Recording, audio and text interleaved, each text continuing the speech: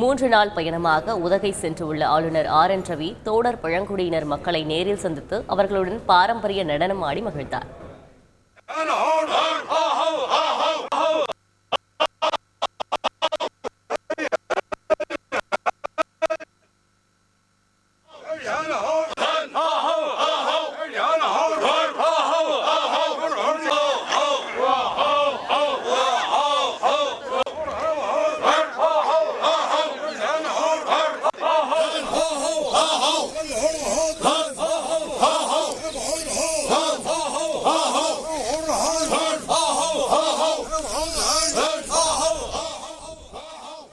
இதுகுறித்த விரிவான தகவல்களை செய்தியாளர் வில்லியம் வழங்க கேட்கலாம். வணக்கம் வில்லியம்.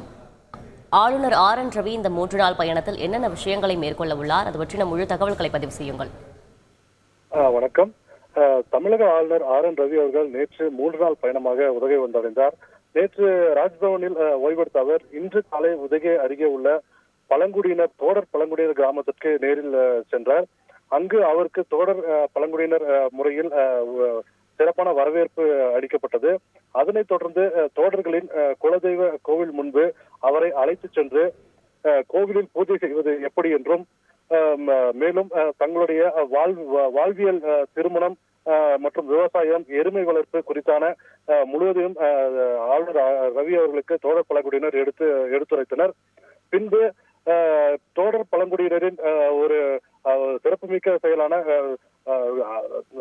வீர கல்லை தூக்கும் நிகழ்வு நடைபெற்றது. அதனை ஆளுநர் ரவி கண்டுகளித்தார்.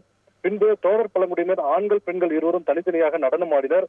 ஆண்கள் நடனம் ஆடும் போது உற்சாகம் அடைந்த ஆளுநர் ரவி அவர்கள் அவர்களோடு இணைந்து நடனம் ஆடினார்.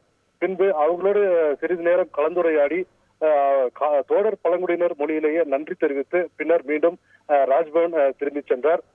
மீண்டும் நாளை அவர்கள் வயநாடு செல்வதாக தகவல் வெளியாகியுள்ளது. இந்த 3 நாள் பயணத்தை முடித்து ஞாயிற்றுக்கிழமை காலை இங்கிருந்து அதாவது உதகையிலிருந்து கோவைக்கு சாலை மார்க்கமாக சென்றடையும் அவர் கோவையிலிருந்து சென்னைக்கு விமானம் மூலம் செல்கிறார். விவரங்களுக்கு நன்றி வில்லியம். செய்திகளை உடனுக்குடன் தெரிந்து கொள்ள உடனே சப்ஸ்கிரைப் பண்ணுங்க.